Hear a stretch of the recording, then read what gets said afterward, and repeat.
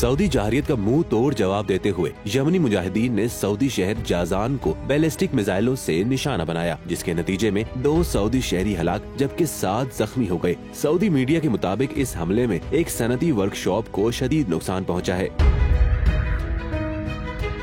अरब इत्तेहादी फौज के मुताबिक यमनी मुजाहिदीन ने नजरान सूबे में भी मिसाइलों से हमला किया, जिसके नतीजे में मुतअद्दिद गाड़ियों को नुकसान पहुंचा, जबकि हलाकतों में भी इजाफे का खदशा जाहिर किया गया है। ख्याल रहे कि सऊदी जहारियत के नतीजे में गयूर यमनियों की मुजाहिमत दिन ब दिन जोर पकड़ती जा रही है, जिसके बायस यमन जंग में सऊदी इत्तेहाद को शिकस्त यकीनी हो गई है और वो दिन दूर नहीं जब यमन की अवाम अपनी सरजमीन को बैरूनी ताकतों से आजाद करा लेंगे। ख्याल रहे कि सऊदी अरब की सरबराही में अरब इत्तेहाद ने 2015 से यमन पर बमबारी का सिलसिला जारी रखा हुआ है, जिसके नतीजे में लाखों बेगुनाह मुसलमान शहीद हो चुके हैं।